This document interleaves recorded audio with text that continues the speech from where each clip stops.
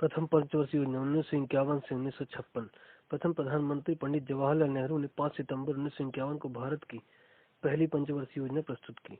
इस योजना में बांधों और सिंचाई में निवेश, कृषि को प्रमुख क्षेत्र के रूप में लेकर हरित क्रांति को बढ़ावा देना था। यह योजना कुल 2068 अरब रुपए की थी। इसमें 7 क्षेत्रों पर जोर दिया गया: सिंचाई और ऊर्जा, कृषि व सामुदायिक विकास, परिवहन और संचार उद्योग, सामाजिक सेवाएं, शिक्षा, चिकित्सा के क्षेत्र में विकास। दूसरी पंचवर्षीय योजना 1956 से 1961। दूसरी पंचवर्षीय योजना उद्योग पर केंद्रित रही। इस योजना में औद्योगिक उत्पादों के लिए घरेलू उत्पादों को प्रोत्साहित किया गया। इस दौरान पनबिजली परियोजना के अलावा 5 steel plant Rourkela, Bokaro, Bhilai, Bharat heavy electrical limited, Nepanagar का कागज कारखाना स्थापित किए गए। कोयला उत्पादन बढ़ा दिया गया। दूसरी पंचवर्षीय योजना में कुल 4800 करोड़ राशि आवंटित की गई थी। तीसरी योजना 1961 से लेकर 1966। तीसरी पंचवर्षीय योजना में गेहूं के उत्पादन में सुधार पर जोर दिया गया, किंतु 1962 में भारत चीन युद्ध के दौरान रक्षा उद्योग की ओर ध्यान केंद्रित करना पड़ा। बांधों का निर्माण जारी रखा गया। पंजाब में गेहूं का बहुतायत से उत्पादन आरंभ हुआ। राज्य बिजली बोर्डों और राज्य के माध्यमिक शिक्षा बोर्डों का गठन किया गया। चौथी पंचवर्षीय योजना 1969 से 1974। चौथी पंचवर्षीय योजना प्रधानमंत्री श्रीमती इंदिरा गांधी के नेतृत्व में बनी। उन्होंने 14 प्रमुख भारतीय बैंकों का राष्ट्रीयकरण किया और भारत में हरित क्रांति भी लाई। पांचवी योजना 1974 से 1979। पांचवी पंचवर्षीय योजना की नींव रोजगार, गरीबी उन्मूलन और न्याय पर रखी गई थी।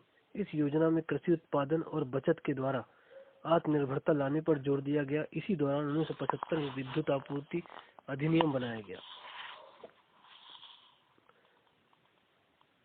छठवीं योजना 1980 से 1985।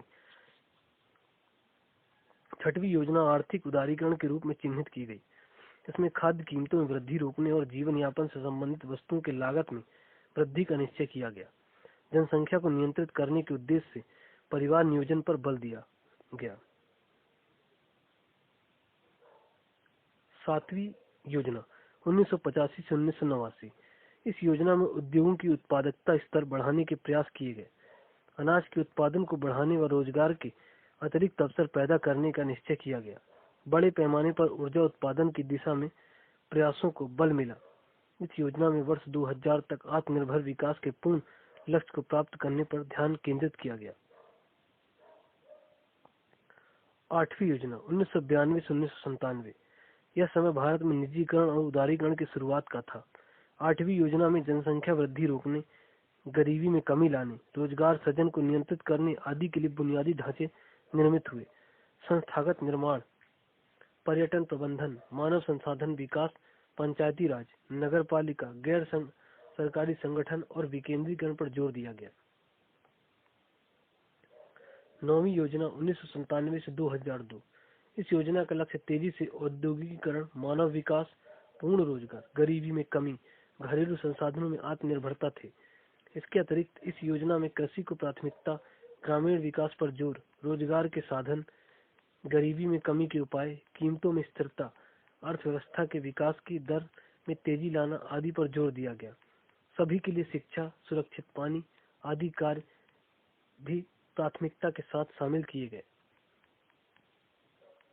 10वीं योजना 2002 से 2007। इस योजना का उद्देश्य लाभकारी एवं गुणवत्ता वाले रोजगार उपलब्ध कराना, स्कूली शिक्षा को बढ़ावा देना, साक्षरता तथा पुरुषों और महिलाओं की मजदूरी दरों में अंतर को समाप्त करना था।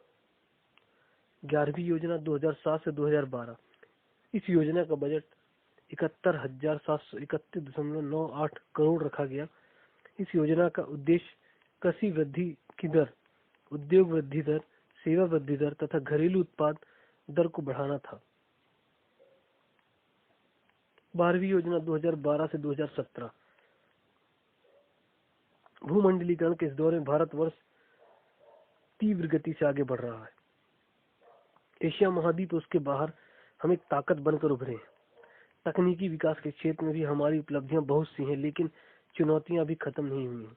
चीन जैसे देशों के उत्पादों की डंपिंग, भंडारण के कारण स्वदेशी उत्पादों पर आई चुनौतियां इत्यादि पर नए ढंग से विचार करना योजना बनाना और प्रभावी ढंग से लागू करना जरूरी है। विकास के कुछ मानकों में तो हम विश्व की दौड़ में स्थान रखते हैं, लेकिन शिक्षा, स्वास्थ्य जैसे कुछ मानकों में हमारी स्थिति हमें गौरवान्वित नहीं करती है। देश की आय तो बढ़ रही है, लेकिन अमीरी गरीबी की खाई भी बढ़ रही है। केवल बड़े बड़े व्यवसाय और उनकी संपत्ति से देश नहीं बढ़ेगा। हमें आर्थिक आधार पर प्रत्येक व्यक्ति का आर्थिक और सामाजिक सशक्तिकरण करना पड़ेगा। विकास के सफल सिद्धांत हमारे पास हैं। आज जरूरत है युवाओं की ऊर्जा को राष्ट्रीय विकास में उपयोग करने की, महिला सशक्तिकरण द्वारा उनकी भागीदारी को बढ़ाने की और उनको एक स्वावलंबी विकास शक्ति के रूप में खड़ा करने की। ऐसे सामाजिक उद्यमों की जो सबसे निचले स्तर पर लोगों को संगठित करने के नेतृत्व प्रदान करें।